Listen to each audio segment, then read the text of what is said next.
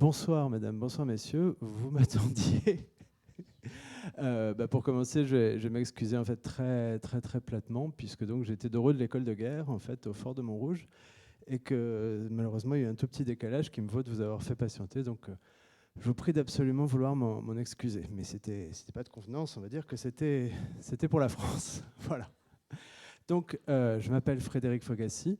Je ne sais pas si vous me connaissez. Je suis directeur des études à la Fondation Charles de Gaulle. Et donc, c'est un grand plaisir d'inaugurer cette collaboration avec la Fondation Napoléon, puisque Thierry Lenz est membre du conseil scientifique de la Fondation Charles de Gaulle et qu'Arnaud Tessier, membre du conseil d'administration de la Fondation Napoléon. Bref, qu'il y a des liens administratifs, mais qu'il y a surtout un lien historique très profond entre Napoléon et De Gaulle, et que la nuit du droit qui nous réunit ce soir, c'était l'occasion ou jamais de le faire vivre. Alors, on a réfléchi avec Thierry Lenz et Arnaud Tessier à une thématique commune, et on s'est dit que souvent, la nuit, il y a des monstres qui hantent les profondeurs, et on a pensé à ce terme justement d'état profond. Ça fait un peu monstre des profondeurs, justement, c'est un petit peu évocateur. Pourquoi Parce que l'état profond, c'est une consonance inquiétante, ténébreuse, ça représente un petit peu l'état comme un monstre froid, une forme de léviathan insensible, et d'autre part parce que c'est un thème un petit peu d'actualité, un thème qu'on a vu ressurgir régulièrement dans le débat aux États-Unis, peut-être même également en France, puisque, après tout, le président de la République aussi l'a évoqué un temps. Et donc, avant de lancer la réflexion et le dialogue entre Arnaud et Thierry, que vous connaissez, donc peut-être que je vais économiser les présentations, je voulais juste essayer de réfléchir sur la polysémie du terme. Qu'est-ce qu'on peut entendre par état profond ?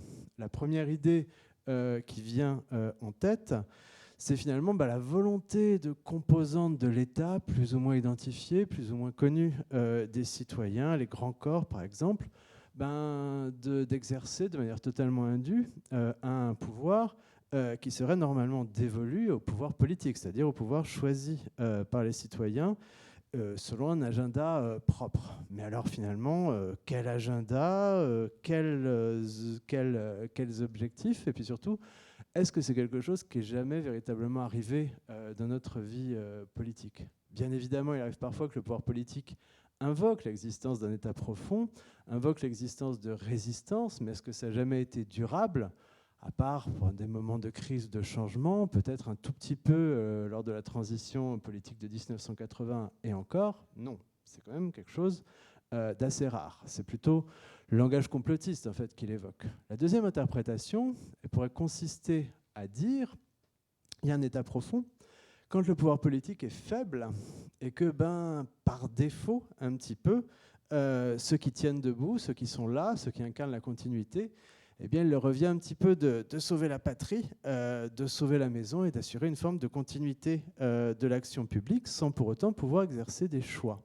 Cette deuxième hypothèse nous renvoie, il me semble, à une période de notre histoire dont on reparle beaucoup actuellement, qui est la 4e République. Il y a eu quelques évocations enthousiastes du bilan de la 4e République récemment, peut-être lié au contexte, mais quand on y réfléchit, le bilan de la 4e République, c'est un peu celui de la haute administration, c'est un peu celui d'institutions comme le CEA, du commissariat au plan, c'est-à-dire de hauts fonctionnaires, souvent issus de la guerre, justement, porteurs d'une vision de la reconstruction de la France, qu'ont bien dû faire en quelque sorte avec l'incapacité ou en tout cas la discontinuité du pouvoir politique et donc faire en sorte effectivement d'assurer certaines réalisations. Notre dissuasion par exemple elle doit plus à la continuité de l'action du CEA qui est créé en 1945 par le général de Gaulle que finalement par des décisions claires. On dit qu'un jour Francis Perrin, le haut-commissaire, avait allé voir Félix Gaillard, le président du conseil, en lui disant écoutez, Monsieur le Président du Conseil, il va falloir qu'un jour vous nous disiez ce que vous voulez faire de la bombe, parce que nous, bientôt, on sera au stade des premiers essais. Alors, on va vous l'amener dans une brouette dans la cour de l'hôtel Matignon, mais il faut juste que vous fassiez votre travail, c'est-à-dire que vous nous définissiez une doctrine d'emploi. Il n'est pas impossible aussi qu'à ce moment-là, effectivement, il y a eu certaines formes peut-être de dérive. Le commissariat au plan de Jean Monnet, par exemple, joue un rôle très proactif dans l'intégration de la France au début de la construction européenne, mais il le fait, il faut bien le reconnaître, parce qu'en face, il n'y a pas forcément de pouvoir politique stable et porteur d'une vision. Et puis il y a la troisième interprétation, c'est celle qui nous réunit ce soir, c'est celle finalement d'un différentiel de temporalité entre le temps administratif, le temps de l'administration, et le temps du politique. Le temps du politique, il est bref, même si évidemment la Ve République a essayé de le stabiliser. Le temps de l'administration, par définition, il est long, il est continu. Logique de projet, justement, là où souvent, et malheureusement de plus en plus peut-être, le temps politique, ça devient un temps court, peut-être plus un temps d'annonce. Et c'est ici qu'on retrouve Napoléon et De Gaulle, et c'est d'ici que va partir notre réflexion. Une hypothèse qu'on peut peut-être poser, qui justement fait le lien entre ces deux personnages, c'est celui d'un décalage entre la constitution administrative de notre pays et la mise en place de sa constitution politique. La constitution administrative, elle est déjà assez largement développée, je dirais presque largement fixée, en tout cas fixée dans ses grandes lignes, en 1815, à la fin de l'Empire. Qu'on pense à la Cour des comptes, qu'on pense au préfet, finalement, toutes ces structures, toute cette espèce de colonne vertébrale qui va tenir le pays, Napoléon l'a défini, et d'ailleurs il l'a défini en s'inscrivant dans l'héritage révolutionnaire qui lui-même s'inscrivait en partie dans une forme de continuité avec la mise en place de l'État monarchique. Mais la constitution politique, là où l'administration est fixe, eh bien, dans la période qui va suivre, la constitution politique reste mouvante. On passe de la monarchie constitutionnelle à la Seconde République, à l'Empire, puis à une Troisième République qui se met en place très progressivement, puis la Quatrième République. En définitive, le projet gaullien, il est peut-être là, c'est-à-dire faire coïncider notre constitution politique avec notre constitution administrative, c'est-à-dire finalement donner un cap à l'administration et à partir de là, faire en quelque sorte de l'administration un outil au service du politique, et bref, bâtir une espèce de cathédrale d'efficacité politico-administrative à laquelle on peut assez largement relier les réformes donc, des débuts de la Ve République. Et donc c'est à partir de là qu'on retrouve nos intervenants, qu'on retrouve Napoléon et De Gaulle, et qu'on retrouve un fil de questionnement. Il y a 3 questions en fait, qui se posent. La première, c'est finalement celle de cette notion de constitution administrative de la France. Comment est-ce que Napoléon la fixe? Comment est-ce que cet héritage va vivre? Comment est-ce que ces corps vont constituer une certaine forme de permanence de l'Empire à la République? Comment également est-ce que cette constitution administrative, De Gaulle va essayer de la revitaliser, d'abord à la Libération, en 1944-1945, et ensuite dans un second temps, justement, en 1958. Comment la renforcer? Ensuite, on va essayer de faire l'histoire de ce décalage entre le politique et l'administratif. Comment est-ce que le pouvoir politique, justement, il peut diriger l'administration? Comment est-ce qu'il peut jouer ce rôle d'impulsion? Dans une certaine mesure, Napoléon, le consulat, puis l'Empire et la Ve République, c'est 2 tentatives, justement, pour essayer de renouveler, en tout cas de dynamiser ce lien, d'en faire, je dirais presque plus, un lien de complémentarité qu'un lien vertical, parce qu'il y a chez Napoléon comme chez De Gaulle un profond respect pour les hauts fonctionnaires et pour les serviteurs de l'État. Et puis un troisième champ de réflexion, c'est finalement comment est-ce que la société va recevoir justement effectivement cette espèce de, je dirais pas de monstre, parce que ça aurait été refaire le lien avec justement les débuts de ce court propos introductif, mais finalement, comment dire, cette espèce de masse, c'est-à-dire cette capacité d'action publique démultipliée. Comment est-ce que la société s'y adapte? Comment est-ce qu'elle la reçoit? Comment est-ce qu'elle reçoit les réformes? Est-ce que ces moments de rencontre, c'est des moments de modernisation du pays? Est-ce que le pays peut se moderniser, un pays comme la France peut se moderniser finalement en dehors de ces moments où le pouvoir administratif et le pouvoir politique se rencontrent et réussissent à travailler ensemble? Et comment est-ce que, surtout, à partir de là, l'État essaye de faire le lien avec la société, que ce soit via les notables, les fameuses listes de notables donc, de Napoléon, ou que ce soit avec le lien avec les forces vives donc, que De Gaulle va chercher à travers le projet de 1959. Je vous propose donc de commencer avec Thierry Lenz, donc, par cette notion de constitution administrative en partant de la formulation napoléonienne pour aller dans un second temps vers une forme de reformulation gaullienne. Alors on parle souvent de masse de granit, justement, à propos du modèle napoléonien. Alors, comment est-ce qu'on pourrait les définir, ces masses de granit? Est-ce que c'est des institutions, d'une part, ou est-ce que c'est aussi tout simplement des hommes qui assurent une forme de continuité? Je pensais à Portalis, par exemple, serviteur de l'Ancien Régime, qui retrouve une légitimité et des responsabilités sous l'Empire. Bien, je crois que par rapport au général de Gaulle, Napoléon a eu beaucoup de facilité parce que il est arrivé au pouvoir à un moment où, on va dire, peut-être bien plus qu'en 1958, la situation était mûre, c'est-à-dire qu'on était véritablement dans une impasse. Alors pas une impasse forcément économique, financière ou militaire, mais une impasse politique qui était un blocage total des institutions. Et donc, je veux dire, il a eu...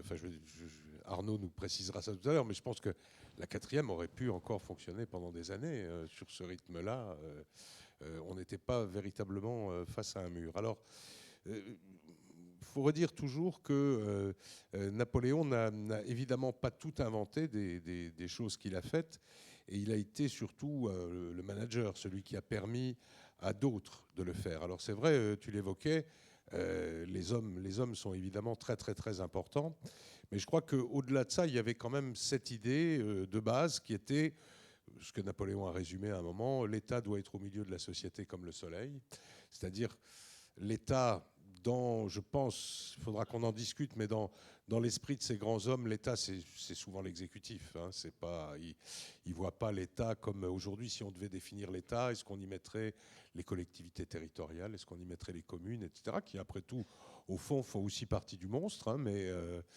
donc c'est surtout l'exécutif dont il s'agissait. Et cet exécutif, il était complètement, enfin cet État comme émanation de l'exécutif était complètement à refaire. Hein. La Révolution avait imposé l'élection partout. Donc ça créait véritablement une administration faible, parce que imaginez le collecteur d'impôts d'un bourg, évidemment il était élu par ses concitoyens. S'il voulait être élu, il fallait évidemment qu'il soit plutôt gentil avec eux. Hein. Rappelons toujours 3 ans de retard de collecte des impôts à la fin du directoire, donc ce qui était quand même beaucoup, hein, pour un État qui avait autant besoin d'argent. Et puis surtout, les principes devaient être non pas la verticalité, mais la pyramide, c'est-à-dire que l'administration, il lui faut des chefs, il faut des gens qui lui donnent le cap et qui éventuellement lui donnent des ordres. Hein. Et donc ça, c'était, on va dire, le projet de départ.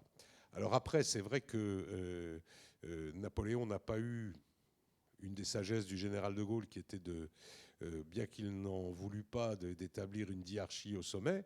Il y avait à la fois un chef, et puis il y avait une constitution qui donnait tous les avantages à l'exécutif, qui ne s'encombrait pas de la partie parlementaire du régime, ce qui ne veut pas dire d'ailleurs qu'il n'y avait pas d'organes collégiaux, qu'il n'y avait pas de discussion, qu'il n'y avait pas de contradiction à l'égard de Napoléon, mais on va dire que la tâche lui a été facilitée par les circonstances qui étaient... certes, celle de 58 était dramatique, mais enfin celle de 1799-1800 était, on va dire, encore plus dramatique. Hein. Donc, je ne sais plus quelle était ta question, mais ma réponse est là. La fondation d'abord, cette administration, c'est le bras de l'exécutif pour Napoléon. 2, c'est une administration hiérarchisée. Et puis 3, je dirais que c'est une administration qui n'est plus élue. Donc c'est une administration nommée. Et à ce moment-là, dans le fonctionnement des choses, on voit bien que la nomination est une nomination, on va dire, quand même globalement plutôt au mérite. Ça se voit bien, par exemple, sur les nominations de préfets. La centaine de préfets qui est nommée, il y en a 25 ou 30 qui font quelques semaines, quoi, hein, parce qu'on s'aperçoit assez vite qu'ils sont très mauvais. Alors ils ont beau être le fils d'eux, le frère d'eux, le cousin d'eux, etc., on les renvoie. Donc recherche de la compétence dans la nomination, et puis effectivement s'appuyer sur les gens qui savent. Je parlais tout à l'heure des grands patrons des administrations ou des agences de l'État dans les années 1950. On a à peu près l'équivalent sur le problème du Code civil, sur le problème le fonctionnement du Conseil d'État, etc. On a ces grands, alors on ne peut pas encore les appeler les grands serviteurs de l'État, mais c'est un petit peu ça qui se met en place. Merci beaucoup Thierry. Alors avant de lancer un dialogue sur ce premier point, je me tourne vers Arnaud avec 2 citations. La première qui date de 1944. « Nous aurons à remettre sur pied, soit autour du gouvernement, soit localement, l'administration française sans laquelle il ne saurait y avoir que désordre et confusion. » Et une deuxième qui est de Nicolas Rousselier, pour lequel, selon De Gaulle, seul l'État, je cite, possède la capacité de repérer dans l'imbroglio des circonstances la place qu'occupent les intérêts suprêmes de la nation. Alors finalement, 2 questions. Est-ce que pour De Gaulle, il y a une forme d'intelligence de l'État? Et d'autre part, quelle est la place à partir de là dévolue aux fonctionnaires, aux hauts fonctionnaires, puisque De Gaulle dit que c'est la plus haute fonction dans l'ordre temporel. Quelle est sa conception de la haute fonction publique? La plus noble qui soit dans l'ordre temporel. Le service de l'État est la fonction la plus noble qui soit dans l'ordre temporel. Je pense que ce qu'il dit en 1944, c'est le fameux discours de juillet 1944 à Alger devant l'Assemblée consultative, où il dit « Nous avons choisi la démocratie et la République ». Et il explicite aussitôt ce qu'il entend par là. La démocratie, il le dit, c'est les élections, c'est la vie démocratique normale qu'il va falloir remettre en marche. Et la République, c'est la res publica, c'est la chose publique, et pour lui, c'est l'État. C'est-à-dire, peut-être le monstre tel qu'il apparaît vraiment dans son esprit, c'est-à-dire quand même quelque chose c'est l'administration, les préfets, tout ce qui représente à la fois de manière symbolique et puis de manière effective la présence de l'État, mais une administration qui n'existe que dans une subordination étroite aux politiques. L'articulation entre le politique et l'administration, c'est ça l'État pour De Gaulle. C'est un exécutif fort avec une administration puissante. Alors il faut bien se souvenir que De Gaulle, avant la guerre, réfléchit au recrutement des élites politiques, militaires et en fait administratives. Quand vous lisez Le fil de l'épée ou Vers l'armée de métier, vous pouvez mettre à la place du militaire le fonctionnaire d'une manière générale. Et d'ailleurs, ce n'est pas très éloigné de la façon dont Napoléon voyait l'administration. C'était une version civile de l'armée. Et donc, De Gaulle, de manière très claire, a une pensée des élites. Et pour lui, finalement, manœuvrer un État, le maniement des affaires, comme disait le cardinal Richelieu, ça suppose un pouvoir fort, mais articulé, avec une élite administrative et un appareil d'État qui marche du même pas, quoique avec un pas un peu différent, on y reviendra. Donc en réalité, sa pensée sur le politique et le militaire débouche au cours des années 30 sur une pensée qui est une pensée politico-administrative. Et c'est peut-être le moment de se citer une inspiration qui est importante, qui est pour un militaire, qui est l'œuvre du comte de Guibert. Et à travers le comte de Guibert, qui était un théoricien militaire du dernier tiers du XVIIIe siècle, l'essai général de tactique, et à travers le comte de Guibert, c'est toute une pensée militaire du XVIIIe siècle qui réfléchit sur la notion de constitution militaire, justement, la constitution militaire d'un royaume. Et Guibert, le comte de Guibert, qui est un admirateur de Frédéric II de Prusse, qui lui-même était un admirateur de Louis XIV, Guibert fait un discours qui précède son essai général de tactique, qui est un traité, alors pour le coup purement militaire, et il explique que l'État moderne, l'État véritable, dont les monarchies européennes ont besoin, c'est un État dont toutes les branches travaillent entre elles et qui sont coordonnées entre elles à travers ce qu'il appelle les sous-ordres, l'action des sous-ordres. Les sous-ordres, c'est les grands commis, et qui rendent compte à un chef ou à un pouvoir exécutif qui, dans son esprit, à l'époque, est un chef et qui doit actionner l'ensemble de ces mouvements. Alors c'est à cela que fait référence De Gaulle avec « Nous avons choisi la démocratie et la République », parce qu'évidemment, il a en tête la libération de la France qui commence, la perspective d'éviter l'Amgote, la perspective d'éviter un problème avec la résistance communiste, donc l'idée qu'il faut réimplanter l'État partout, et d'une certaine manière, l'État administratif, pour lui, va précéder la remise en ordre politique véritable. Et c'est pour ça qu'on va voir ce paradoxe de l'œuvre de Gaulle et du gouvernement provisoire à l'issue à la libération, c'est que finalement, il va réussir une œuvre absolument considérable sur le plan de l'administration, de l'économie et du social, création de la sécurité sociale, les nationalisations, mais c'est surtout la réorganisation profonde de l'administration et de l'État à laquelle De Gaulle va se livrer. Et en fait, il commence par cela, parce que c'est la première urgence. L'œuvre administrative, l'œuvre sociale, il faut reconstituer un État et une forme de cohésion sociale. Mais doivent venir ensuite les institutions politiques. Et c'est le grand paradoxe de l'après-guerre, c'est que De Gaulle va arriver à mettre en place ces réformes administratives, ces réformes sociales, mais il ne parvient pas à mettre en œuvre les institutions politiques qu'il souhaite, puisque une autre voie va être choisie, qui va aboutir à la 4ème République, et pour lui, à 12 années perdues. Donc je pense que c'est important de noter que chez De Gaulle, c'est cela, en fait, l'État, l'administration. C'est à la fois un système où on peut embrasser tous les domaines de l'action publique pour que l'État soit à la fois uni au-dedans, moderne, puisse moderniser le pays et soit respecté à l'extérieur. Et pour cela, il faut des élites administratives. Donc c'est toute une pensée qui est une pensée administrative autant que politique. J'ai envie de dire que pour De Gaulle, gouverner et administrer, c'est la même chose. C'est exactement la même chose. Ce sont deux termes qui se recoupent, sauf qu'on administre dans une durée longue et qu'on gouverne dans une durée plus courte parce qu'on est soumis évidemment au rythme politique. Effectivement, on voit très bien ce qui se passe en 58 et ce qui fait que la Constitution de 58 et les 12 premières années de la Ve République vont être une période assez extraordinaire en termes de dynamique. C'est qu'il réemboîte pour la première fois, comme tu le disais, depuis la Révolution, il réemboîte la Constitution administrative, très puissante et qui n'a cessé de fonctionner, de tourner sans être quasiment jamais altérée jusque-là. Il la réarticule avec un pouvoir politique, cette fois un exécutif extrêmement fort, extrêmement dynamique, et ça va donner cette forme de cathédrale politico-administrative, peut-être effectivement un peu lourde à porter pour la société. Mais ce qui est important, important de souligner, c'est que tout ça est très conscient chez De Gaulle. Vraiment, le discours d'Alger est assez impressionnant, et il dit même à cet égard qu'il ne faut pas faire d'épuration trop brutale dans l'administration, sauf ceux évidemment qui ont collaboré ouvertement, etc. Parce qu'il dit que vraiment, il est important pour que la démocratie puisse repartir, que la République, c'est-à-dire l'État, soit réinstallé, parce que sinon on deviendra un protectorat américain ou on sera livré à la guerre civile. C'est une pensée extrêmement cohérente. Il le dit, hein, on a eu 14 ou 15 régimes et on a été envahi tant de fois, et il dit parce que tout se tient dans les malheurs d'un peuple, donc il est temps de réarticuler le politique et l'administratif.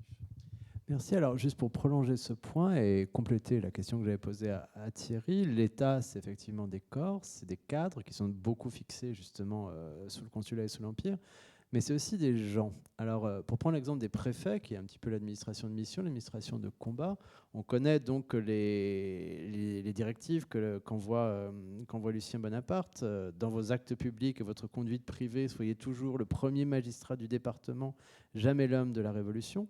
Mais alors finalement, qui sont les préfets? Qui sont ces élites administratives qui vont servir l'œuvre napoléonienne, l'œuvre de pacification et l'œuvre d'établissement de l'autorité de l'État central sur le territoire? Je dirais qu'au départ, les premières promotions, entre guillemets, enfin les premières nominations sont faites un petit peu avec le personnel disponible, hein. Beaucoup d'anciens des assemblées révolutionnaires, y compris d'ailleurs de la Convention, beaucoup d'anciens de l'administration de l'Ancien Régime, qui n'était pas une mauvaise administration, c'était même au contraire une assez bonne école. Et puis, on va dire, plutôt du quadragénaire au début de 1800, donc avec des risques, c'est que parfois, il n'était pas capable d'exercer ses fonctions, qui étaient des fonctions à la fois de représentation, mais aussi de direction des administrations qui étaient en train de se reformer. Donc il fallait avoir, on va dire, un sens un peu militaire, comme disait Arnaud tout à l'heure, c'est-à-dire de savoir aussi commander ces administrations. Mais on se rend compte aussi que, alors sans aller jusqu'à créer cette merveille qu'a été l'ENA, Napoléon s'est bien rendu compte qu'on ne pouvait pas faire plusieurs fois. On n'avait plus d'élite administrative, on n'en avait pas deux à ce moment-là, donc il fallait former tous ces jeunes gens. Et c'est probablement l'idée, alors sans avoir eu l'idée d'une école d'administration, encore que dans la diplomatie, on a essayé de le faire, dans d'autres secteurs, on essayait, mais pour les fonctionnaires généralistes, comme les préfets, on a utilisé beaucoup les auditeurs au Conseil d'État. Alors, ils étaient certes auditeurs au Conseil d'État, mais on va dire la moitié d'entre eux ne mettaient pas les pieds au Conseil d'État parce qu'ils étaient employés à faire autre chose. Donc, on les envoyait dans des préfectures, on les envoyait dans des ambassades, on les mettait au service des grandes directions générales de l'administration, ce qui fait que petit à petit, ils apprenaient l'administration. Et il y a un phénomène qu'on n'a pas assez souligné, c'est que en 1810, il y a un grand renouvellement de toutes les administrations par l'arrivée aux affaires de cette génération, c'est-à-dire ces gens qui ont entre 25 et 35 ans à ce moment-là, et qui vont remplacer les tout premiers administrateurs qui, eux, étaient des hommes mûrs et qu'on va envoyer soit à la retraite, soit dans d'autres fonctions. Donc il y a eu quand même l'idée de formation. Je sais que l'ENA et les formations et les grandes écoles aussi étaient très chères à De Gaulle. Napoléon aussi. Alors il y avait déjà les grandes écoles, formation sur des ponts, polytechniques, etc. Mais sur l'administration générale, il a lui aussi compris qu'on ne pouvait pas, que c'était une fonction spécifique par rapport aux politiques, qu'il fallait être évidemment un peu formé, un peu rompu aux choses de l'administration. Et je terminerai juste en disant qu'en 1810, toute cette génération qui arrive sont généralement des nobles ralliés de l'Ancien Régime, ce qui explique aussi qu'au moment de la Restauration, on n'aura pas besoin d'épurer, puisque les royalistes seront en place déjà. Merci beaucoup Thierry. Alors justement, je voudrais filer ce parallèle. Tu as parlé de génération administrative, de renouvellement générationnel autour de 1810.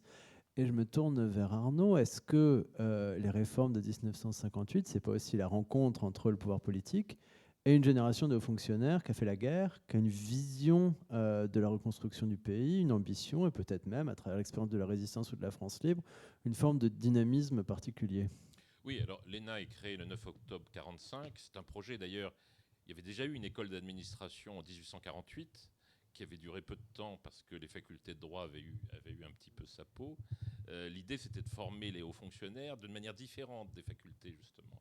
Et puis l'idée s'insinue à nouveau sous la Troisième République. En fait, un des premiers, c'est l'IOT avec le contrôle civil au Maroc, l'idée des stages, l'idée de l'expérience de terrain, et puis le projet de Jean Zay en 1936, du Front populaire, sous le Front populaire, d'une grande école de formation des hauts fonctionnaires qui soit démocratique, fondée sur donc le mérite et qui évite la reproduction sociale ou les influences politiques. Et c'est le projet que Michel Debré va reprendre pour le présenter à De Gaulle en 1944-1945. Et il plaît spontanément à De Gaulle parce que ça correspond à sa conception du fil de l'épée, même s'il sait que, évidemment, aucune grande école ne peut garantir le caractère, la force de caractère ou l'instinct qui sont pour lui les qualités éminentes du chef. Et donc, effectivement, ça va être assez étrange parce qu'il va donner une sorte d'instrument administratif à la 4ème République sans le vouloir, qu'il va retrouver à son retour au pouvoir. Et en 1959, il y a ce phénomène assez amusant de Gaulle qui va voir les élèves de l'ENA. C'est le seul président de la 5e République à l'avoir fait, d'ailleurs. Les autres n'ont pas trop prisé cette sorte d'enceinte peu propice à la communication. Il va voir les élèves de l'ENA et il leur fait un grand discours en leur disant, en substance, je résume, ben voilà, je vous ai créé en 1945, on devait faire de grandes choses. Bon, et on a perdu un peu de temps parce qu'on n'avait pas la bonne constitution politique, mais maintenant on a la bonne constitution politique. Mais en réalité, le terrain avait été préparé. Il y a toute une génération, dont certains, effectivement, les premières promotions de l'ENA étaient issues de la résistance. Il y a toute une génération de jeunes hauts fonctionnaires qui va émerger et qui va coïncider avec les grandes années de la République gaulienne et ensuite avec les années 70. Et je dirais que cette coïncidence historique, qui n'est pas qu'une coïncidence, puisque tout ça a été une volonté, là encore extrêmement claire, pensée de la part de De Gaulle et aussi de Michel Debré, et qui vient donc des profondeurs de l'histoire, c'est très important de le comprendre, parce que le mythe de l'État profond vient de là, et de l'énarchie, le terme façonné par Jean-Pierre Chevènement et quelques anciens élèves de l'ENA dans les années 60, où les critiques que Mendès France adresse à l'ENA. C'est l'idée, finalement, l'énarchie, synarchie, l'idée d'un pouvoir occulte. C'est un peu l'idée de l'État profond, c'est comme les synarchies, les techniciens, d'un État occulte dont François Mitterrand va théoriser les choses, d'ailleurs théoriser l'existence d'une très belle manière sur le plan stylistique, quand il dit que les hauts fonctionnaires, sous la Ve République, il écrit ça dans le coup d'État permanent en 64, sont comme les régents d'un royaume dont le souverain ne viendra jamais. Ce qui est une belle formule qui décrit bien le phénomène sans pour autant l'interpréter forcément de manière exacte. Et c'est vrai, ces années 60. Et donc on va avoir toute cette technostructure qui va arriver à maturité dans les années fin des années 70, au début des années 80, et qui, avec l'arrivée de François Mitterrand au pouvoir, va s'engager en politique massivement. C'est la fameuse promotion Voltaire, celle de François Hollande. Et donc, identification très forte à l'époque entre le politique et l'administratif, puisque, évidemment, en 81, beaucoup plus encore que dans les 20 premières années de la Ve République, les hauts fonctionnaires sont partout parce que l'État est partout. Il y a les nationalisations, tous les médias sont dans la main de l'État, les banques, etc. Donc on a l'impression que les hauts fonctionnaires détiennent le pouvoir et même le pouvoir économique.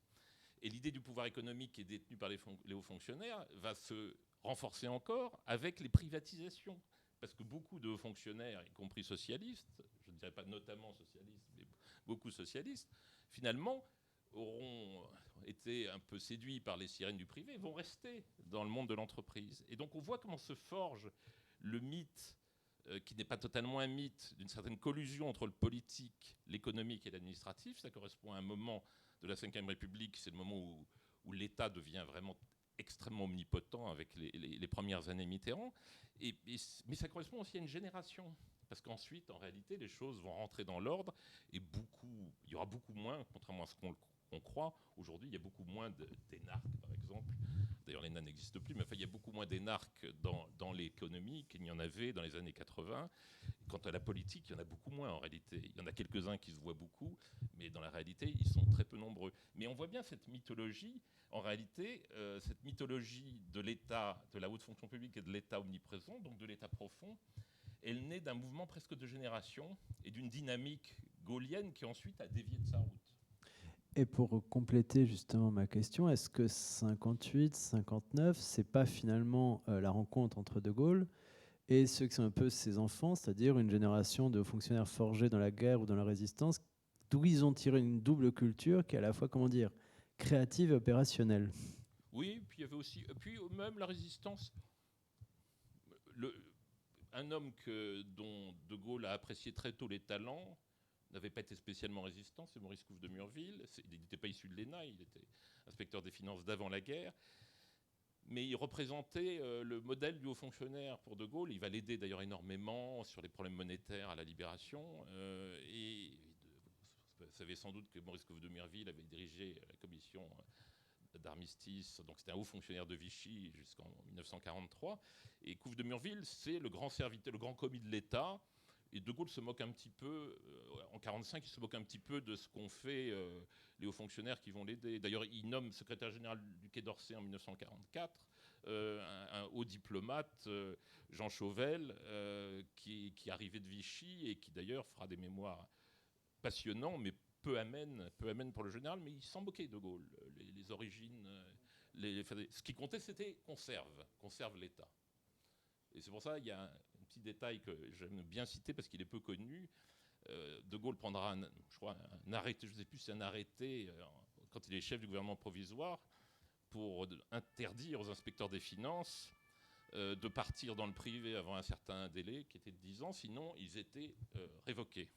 Je ne crois pas que ce texte ne soit jamais entré véritablement en vigueur, mais ça montre bien l'attitude de Gaulle vis-à-vis des hauts fonctionnaires, c'est-à-dire qu'il veut les garder, parce qu'il considère que le service de l'État doit prédominer, c'est parce qu'il les estime hautement. Mais par contre, il considère que c'est un service, justement parce qu'il est le plus noble dans l'ordre temporel, qui suppose des exigences et un certain comportement. Merci beaucoup. Alors, je voudrais maintenant passer au deuxième temps de notre réflexion. C'est finalement l'articulation entre une volonté politique forte portée par Napoléon, portée par De Gaulle, et l'administration, l'outil administratif puissant, justement, qu'on a déjà un petit peu étudié. Alors finalement, j'aurais tendance à poser la question, de manière peut-être un petit peu abrupte, à Thierry Lenz. Comment est-ce que Napoléon gouverne son administration? Est-ce qu'il lui laisse des marges de manœuvre? Est-ce qu'au contraire, il y a une forme de verticalité, enfin de, disons, pyramidalité en quelque sorte? Est-ce que c'est un gouvernement abrupt ou est-ce qu'au contraire, il y a une tendance à faire confiance aussi, c'est-à-dire à laisser des marges de manœuvre? D'abord, on est dans une époque qui n'est pas très facile pour la communication. Il faut, ne serait-ce que pour faire porter un ordre d'un bout à l'autre de Paris, il faut la journée, ou la demi-journée. Donc déjà, il y a...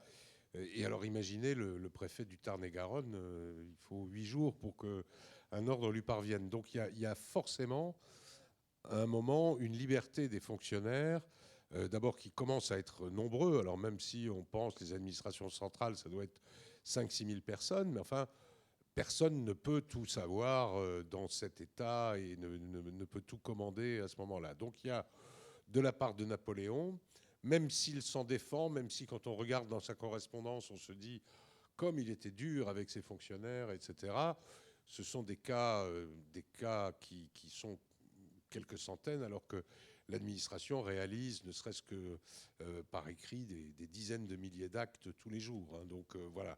Donc je crois qu'il faut... Il y a probablement quelque chose que moi je n'expliquerai pas parce que je n'ai pas suivi tous ces problèmes de formation des hauts fonctionnaires, mais c'est qu'il y a à la fois probablement une motivation par rapport à la mission, on va dire. Hein. Alors c'est servir l'Empire, servir l'empereur, servir la France, servir la patrie, la nation, que sais-je encore. Et puis, il y a probablement une articulation hiérarchique qui fait que, un peu comme dans les armées, lorsque un ordre est donné, chacun a compris de quelle façon, à un moment donné, il doit être exécuté et fait redescendre. Donc, ça veut dire que, très probablement, Napoléon, d'ailleurs, on a de correspondance de Napoléon qu'avec ses ministres. Hein, il n'y a pas de correspondance avec les préfets. C'est rarissime avec les directeurs généraux de l'administration. Donc, déjà, chacun... On va dire chacun son boulot. Il ne va pas s'occuper de tout. On a connu dans les temps récents des hommes politiques qui s'occupaient de tout. Hein. Rappelez-vous quand il y avait une émission comique, quelqu'un tombait dans l'escalier, on disait ne quittez pas, le président de la République arrive. Là, c'est pas, ça n'était pas du tout ça. Hein. C'est-à-dire que lui s'occupait du niveau qui était juste en dessous. Et ainsi de suite. Donc, en imaginant que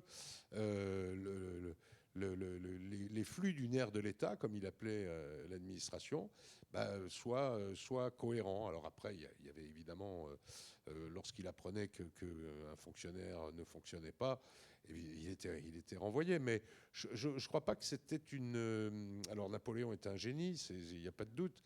Il était capable de faire plein de choses à la fois, de faire 10 choses dans la journée. Enfin, il ne faut quand même pas croire qu'il savait... très exactement ce qui se passait dans telle ou telle administration centrale. Il avait le désir de la faire fonctionner dans un sens, et puis il laissait ensuite la chaîne hiérarchique se dérouler. Donc c'était... alors bon, la comparaison militaire est évidemment, elle vient tout de suite à l'esprit, mais il faut quand même voir que, de façon tout à fait étonnante, l'organisation de l'administration française après l'an 8 étonne le monde. C'est-à-dire que ce n'est pas quelque chose qui allait de soi. C'est quelque chose qui est, comment dire, totalement inhabituel dans l'époque. Des circonscriptions qui ne se chevauchent pas, une organisation hiérarchisée, des fonctionnaires qui sont, des agents publics qui sont nommés en fonction du mérite et de la compétence. Ça n'existe nulle part ailleurs. Comment ? C'est Guibert, oui, c'est Guibert. Merci Thierry. Alors, juste pour terminer cette métaphore militaire, les militaires parlent souvent justement de commandement par l'intention, c'est-à-dire de commandement par les objectifs, faire en sorte que justement, et ça me faisait penser justement aux lettres de Lucien Bonaparte au préfet, est-ce qu'on pourrait dire que finalement ce qui relie le mieux la hiérarchie militaire et la hiérarchie administrative chez Napoléon, c'est ça, c'est le commandement par l'intention, qui finalement repose sur l'idée que les grands commis sont ceux qui comprennent les objectifs et qu'à partir de là, être fort, c'est être en capacité de leur faire confiance. Oui, c'est exactement ça. Enfin, tu l'as bien défini. Hein, c'est que il n'y a pas une pression. Alors bien sûr, sur les très très proches du gouvernement, il y a une pression. Mais il n'y a pas la pression du quotidien, elle ne vient pas du haut de la pyramide, elle vient des étages intermédiaires. Et donc chaque étage fait confiance à l'étage du dessous pour appliquer les choses. Alors évidemment, les grandes circulaires sont celles de Lucien au départ. Bon, il n'est quand même pas resté trop longtemps. Hein. Je sais bien que depuis que Cédric Lewandowski a écrit sur Lucien Bonaparte, on est obligé de tous l'aimer. Mais enfin bon, il faut quand même reconnaître que ça a été quand même un très mauvais ministre de l'Intérieur, un très mauvais ambassadeur, un mauvais frère. Et bon, voilà. Hein, mais on n'est pas là pour ça. Alors, je me tourne vers Arnaud. On parle souvent de verticalité, justement, à propos du pouvoir gaullien. Or, ce qui est très intéressant, notamment quand on lit la biographie que tu viens de publier, L'angoisse et la grandeur chez Perrin, c'est au contraire l'idée que la force de Gaulle, c'est aussi ça. C'est la capacité à faire confiance, la capacité à définir des objectifs et la capacité à ne jamais rentrer dans le micromanagement, c'est-à-dire une forme de confiance en l'administration, confiance dans effectivement le revers et l'exigence. Alors finalement, comment dire, quelles sont les attentes de Gaulle vis-à-vis de son administration et comment est-ce qu'il la gouverne? Oui, confiance dans le Premier ministre, qui est le patron de l'administration en réalité, même si évidemment le président de la République a un rôle important dans les nominations aux grands emplois, et confiance dans l'administration. Les rapports que De Gaulle pouvait avoir avec les hauts fonctionnaires, notamment les préfets, lors de ses innombrables voyages en province, puisque De Gaulle est allé partout en réalité pendant ces deux présidences. C'est quelque chose il est au contact. Et puis il y a la cérémonie des vœux des corps constitués qui ont été supprimés un jour parce que un président de la République avait cru que ça s'adressait, il n'avait pas lu Pascal, il avait confondu les grandeurs naturelles et les grandeurs d'établissement. En fait, les vœux des corps constitués, c'était la rencontre entre l'exécutif et l'administration qui se respectent mutuellement. Et il y a un passage dans les Mémoires d'Espoir extrêmement amusant, enfin amusant et beau, où De Gaulle raconte la première cérémonie depuis qu'il est à l'Élysée, où il dit « je vois », alors il le dit dans des termes plus choisis que je le fais, « je vois tous ces grands corps qui sont heureux de sentir que le gouvernail de l'État est bien tenu, qui voit que nous nous engageons dans des grandes politiques, etc. » Il dit « ils sont heureux », et il est heureux de voir ces hauts fonctionnaires heureux. Alors il aura quelquefois des rapports orageux avec certains corps de l'État, le Conseil d'État par exemple, mais là c'est peut-être le début d'un malentendu qui se nourra au fil du temps entre le juge ou les demi-juges et le pouvoir exécutif. Mais dans l'ensemble, les préfets, tout ça, c'est naturel. On le voit aussi à la façon dont De Gaulle traite des questions de nomination, qui, vous le savez, sont devenues un enjeu absolument colossal depuis les cohabitations, et qui aujourd'hui, les nominations aux grands emplois, c'est le vrai lieu du pouvoir en réalité. On le voit notamment dans les périodes politiques difficiles, on va certainement le voir dans les temps qui viennent. De Gaulle n'est pas l'homme qui va briser les règles pour imposer des amis politiques. D'ailleurs, il n'avait pas d'amis politiques. Ou pour imposer des fidèles. Alain Perfit raconte dans C'était De Gaulle comment Pompidou exaspéré voit De Gaulle refuser de nommer préfet un compagnon de la Libération. De Gaulle dit en somme, il n'a pas fait l'ENA. Enfin, c'est tout juste, s'il ne dit pas ça, il ne veut pas le nommer sous prétexte qu'il dit le compagnon de la Libération, etc. Il y a le cas inverse, où il a voulu vraiment nommer un ambassadeur. Alors là, il a tenu à le nommer, c'est rapporté par Couve de Murville, qui était ministre des Affaires étrangères, et Couve de Murville s'y oppose. Et là, c'est le seul cas que j'ai rencontré où De Gaulle a tenu bon. Couve de Murville lui disant « Mais mon général, si vous voulez des médiocres, le Quai d'Orsay est là pour vous les fournir. » Mais De Gaulle a tenu bon. Mais dans l'ensemble, De Gaulle suit. Il y a dans les papiers de Bernard Tricot, c'est amusant parce qu'on voit que Bernard Tricot cherche à placer systématiquement des membres du Conseil d'État à certains postes de responsabilité. Et on voit De Gaulle qui dit « Oui, enfin tout de même, etc. » Mais De Gaulle respecte les règles, il a du respect pour les corps, même jusqu'à un certain point pour les corporatismes, dès lors que le système tourne et que le système gouvernemental peut s'appuyer sur une haute fonction publique loyale, ce qui ne veut pas dire assujettie aux politiques, et de bonne qualité. C'est ça qui compte. Le reste, voilà. Alors justement, je voudrais revenir un petit peu là-dessus, le respect sur les corps qu'il conduit en 1900, dans le gouvernement de 58, à nommer à certains le haut fonctionnaire le plus ancien dans le grade le plus élevé, par exemple au ministère de l'Intérieur, et même à créer parfois des corps comme celui des ingénieurs généraux de l'armement au début des années 1960.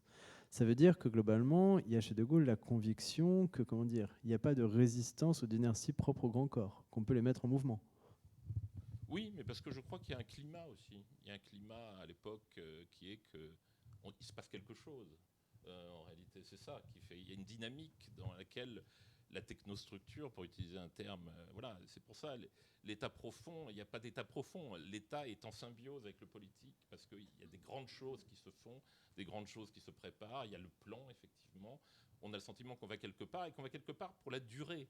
C'est-à-dire que tout ne va pas être remis en cause parce qu'il y aura une assemblée différente, parce que les ministres vont changer, qu'il y a un cap qui est tenu sur la durée. Je crois que c'est vraiment un climat qui était assez exceptionnel quand même. Alors justement, c'est maintenant que j'aurais envie d'introduire le débat sur ce second temps. Est-ce que finalement les moments où la France est capable de se moderniser, est capable de faire des réformes, c'est pas ces rares moments où il y a une espèce de rencontre entre, disons, un cadre politique à la fois stable et animé d'une vision et une administration puissante et performante? Est-ce que finalement il y a eu d'autres moments dans l'histoire, hors de cette configuration, où le pays a réussi à se réformer en profondeur? Ben oui, c'est presque malheureux à dire, puisqu'en ce moment, il faut défendre à tout prix l'état de droit, donc il faut faire attention à tout ce qu'on dit. Mais l'autre grande époque, alors bon, sous Napoléon, les circonstances sont quand même un peu particulières. Révolution intérieure, guerre civile intérieure, etc. Mais l'autre grande époque, c'est le Second Empire, où si on n'a pas un exécutif fort, alors en l'espèce Napoléon III, avec des fonctionnaires qui ont compris que la modernisation était en marche et que rien ne pourrait l'arrêter, on n'aurait pas eu les aménagements de Paris, la construction des chemins de fer, etc., qui sont venus d'en haut, hein, finalement. Alors évidemment, Napoléon n'a pas construit les voies de chemin de fer avec ses petites mains, mais il a été véritablement... enfin, son moteur a entraîné toute l'administration derrière lui. Alors oui, je pense que c'est un... Alors il y a un cas exceptionnel, et j'aimerais bien la réaction d'Arnaud, c'est vraiment la 4e République. Tu l'as signalé en entrée, il s'est passé tellement de grandes choses sous la 4e République qu'on en est à se demander est-ce qu'au fond on pouvait pas se passer du politique. Moi j'ai toujours cet exemple de la compagnie du Baroun qui date de ce moment-là, et qui dans comment dire, dans le climat actuel, c'est quelque chose qu'aujourd'hui on ne pourrait plus faire du tout. C'est-à-dire dérouter un petit pourcentage des eaux du Rhône pour alimenter le Languedoc-Roussillon, en faire une région agricole, ce qu'elle n'était pas avant, donc en expropriant, en utilisant l'eau à des fins, etc. Et tout ça s'est fait pratiquement sans casse, et en dépit de la faiblesse politique de la 4e République. Donc, alors je ne dis pas qu'il faudrait donner le pouvoir à l'administration, mais c'est sûr qu'il y a des moments où, quand le pouvoir politique n'est pas là, c'est sans doute à l'administration de le suppléer.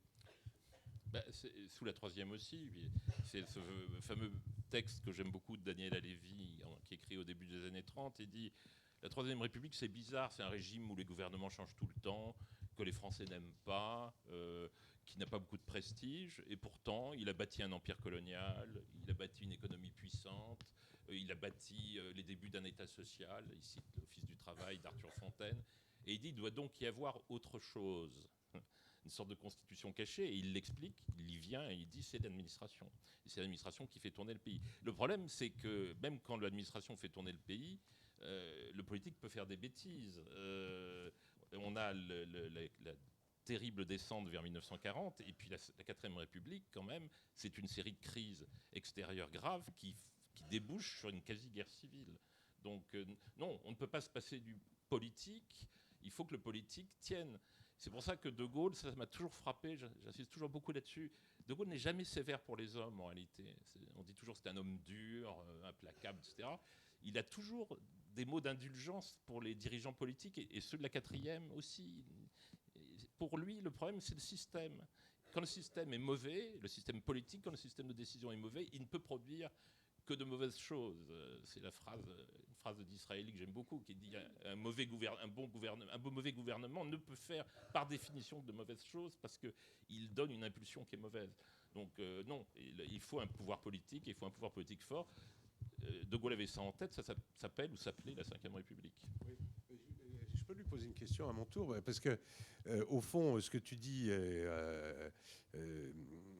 et comment dire, si on prend la longue histoire de la 5e République, on s'aperçoit qu'effectivement, les 10 premières années, on va dire les 15-17 premières années, tout ça fonctionne absolument bien. Et là, avec les mêmes institutions, on arrive à justement la faiblesse du politique ajoutée à la faiblesse de l'administration, et qui donne comment, avec les mêmes institutions, on arrive de quelque chose qui est volontaire, qui va de l'avant, etc., à une espèce de bordel généralisé? Parce que justement, pour De Gaulle, le régime de la Ve, c'est pas seulement une constitution politique, c'est aussi une constitution administrative, c'est aussi une constitution sociale, et c'est même une constitution militaire. Or, on a quand même largement déglingué la constitution administrative, et la constitution sociale ne se porte que très moyennement bien. Pour De Gaulle, c'est un ensemble, le régime de la Ve République. Ce n'est pas seulement les rapports entre les pouvoirs tels qu'ils sont décrits dans la Constitution. Et puis, si on se reporte à la Constitution, au rapport entre les pouvoirs, il y a eu le quinquennat, il y a eu la pratique du pouvoir, en particulier le fait qu'il y a eu depuis 20 ans une présidentialisation du système qui n'existait pas sous De Gaulle et ses successeurs, avec un effacement de la fonction de Premier ministre, une crise de confiance entre l'administration et le politique et un effacement du Premier ministre. Voilà, on a une chaîne de commandement qui s'affaiblit et on voit bien que c'est le régime dans son cœur vivant en réalité qui est atteint. Donc je crois qu'on ne peut pas raisonner uniquement en termes de constitution politique. Certes, elle a été reprisée, elle a été en partie abîmée, y compris d'ailleurs par certaines révisions constitutionnelles malheureuses, mais en plus il y a ça, c'est que le soubassement du système, j'aurais envie de dire, État profond, si seulement l'État était profond, mais il n'a plus tellement les moyens d'être profond. D'ailleurs, justement, tu mentionnes souvent l'abandon du référendum et quelque part la crise du lien entre l'État et la société. C'est le dernier point que je voudrais qu'on aborde ensemble avant d'ouvrir la discussion avec vous, justement. Allez, employons le mot commun, factorisons-le, cette cathédrale, on va dire, d'efficacité à la fois politique et administrative, comment est-ce qu'elle trouve un lien, comment est-ce qu'elle trouve des relais dans une société française qui, au tout début du 19e siècle, eh bien, sort d'années de mutation, de bouleversements profonds et essaye un petit peu de retrouver son équilibre? Quel relais, finalement, l'État va essayer de trouver dans la société? Et puis surtout, question subsidiaire pour Thierry, est-ce que l'État peut choisir et désigner en quelque sorte ces relais? Oui, alors c'est vrai que... comment dire, la question, alors non pas tant de la légitimité, mais comment dire, du système sur lequel va s'appuyer le pouvoir pour se justifier, est assez compliqué, parce que il faut jamais oublier qu'en 1800, les gens qui arrivent au pouvoir sont nés dans les années 1760, 1770. Donc ils sont habités par une éducation on va dire, un millénaire de monarchie, d'idées de droit divin, etc. Et que, quand bien même on a eu les escouades avancées, ont fait avancer le système représentatif, le suffrage universel, etc., il y a un fond dans la société d'incertitude sur ce qu'est la légitimité. Et donc, d'où la difficulté de Napoléon à choisir sa propre légitimité. Alors, je pense que dans l'ensemble, ce sera toujours je suis un représentant de la nation, mais que l'appel, alors mis à part la vanité, etc., mais l'appel à la légitimité monarchique, c'est une espèce de tentative de renforcer cette légitimité nationale qui n'a, au fond, il n'y a pas de méthode de contrôle, de renouvellement, etc. Il y a bien sûr les plébiscites, mais enfin les plébiscites, on sait bien que les 2 premiers ont été un petit peu trafiqués, que, bon, certes, la participation était forte, mais je vous rappelle qu'on vote quand même en assemblée électorale, qu'on vote sur des registres, etc. Donc, bon, voilà. Les élections sont des élections, on met 3 ans avant d'avoir un système électoral, sur des élections très, très indirectes, à plusieurs niveaux, etc. Alors, il faut aller s'appuyer sur une partie de la société. Alors, Napoléon choisit les notables. Alors, les notables, on va d'abord essayer de les définir en demandant au préfet de dresser des listes qui vont être les personnalités les plus notables du département. Alors les préfets n'étaient pas plus courageux à l'époque que ceux d'aujourd'hui. Ils vont faire des listes en mettant évidemment ceux du gouvernement qui sont nés dans leur département. Alors là, Napoléon n'a pas besoin tellement qu'on lui fasse une liste pour connaître Cambacérès, Roederer, Lebrun, etc. Donc il se dit, ça ne marche pas. On va leur demander de nous mettre maintenant les plus imposés. Et évidemment, alors lui-même disait qu'être riche n'est pas une qualité, et qu'il connaissait beaucoup de riches qui étaient parfaitement stupides, mais il faut trouver un moyen. Alors, Donc c'est cette société des notables, une société bourgeoise, hein, comme on dira plus tard, qui va mettre en place et sur laquelle il va s'appuyer, ce qui est évidemment toujours délicat parce que le bourgeois, eh ben, il choisit toujours son intérêt. Et donc là, autant un système qui aurait été basé sur, on va dire, un relatif suffrage universel aurait solidifié le régime, autant s'appuyer sur des notables, c'est s'appuyer sur du sable, quand bien même il y a des masses de granit désormais. Hein. Donc c'est pour ça qu'au fond, à la fin, sa légitimité, la seule qui va compter, c'est ce qu'on appelle, enfin, ce qu'on a pu appeler sa légitimité matérielle, c'est-à-dire je suis le meilleur pour gouverner maintenant. Eh ben oui, vous n'êtes plus le meilleur, donc vous sortez. Merci beaucoup Thierry. Alors je voudrais justement faire un parallèle. De Gaulle aussi se heurte au conservatisme de certaines élites, notamment des élites politiques. Et en fait, dès 1964, dans le cadre de ce qu'on appelle les CODER, les comités d'orientation de développement économique régional, il cherche le relais de ce qu'il va appeler les forces vives, c'est-à-dire des élites montantes. Alors pourquoi et selon quels critères? Et puis surtout, est-ce que c'est pas ça finalement qui est au cœur du projet peut-être un peu incompris de 1969?